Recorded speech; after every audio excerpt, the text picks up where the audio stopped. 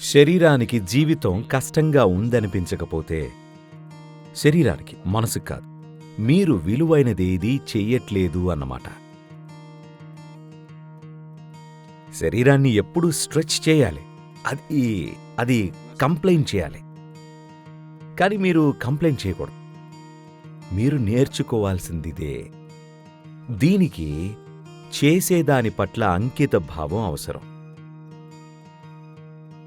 అంకిత భావం లేకపోతే శరీరం కన్నా ముందే మనసు కంప్లైంట్ చేస్తుంది, భావోద్వేగాలు కంప్లైంట్ చేస్తాయి, అన్నీ కంప్లైంట్ చేస్తాయి. లేదు లేదు లేదు లేదు మొదట శరీరం కంప్లైంట్ చేయాలి. అంటే మీరు శారీరకంగా స్ట్రెచ్ అవుతున్నారన్నమాట. శరీర స్వభావం ఇదే. ఎంత ఎక్కువ స్ట్రెచ్ చేస్తే అంత బలంగా అవుతుంది, అంత గొప్పగా అవుతుంది.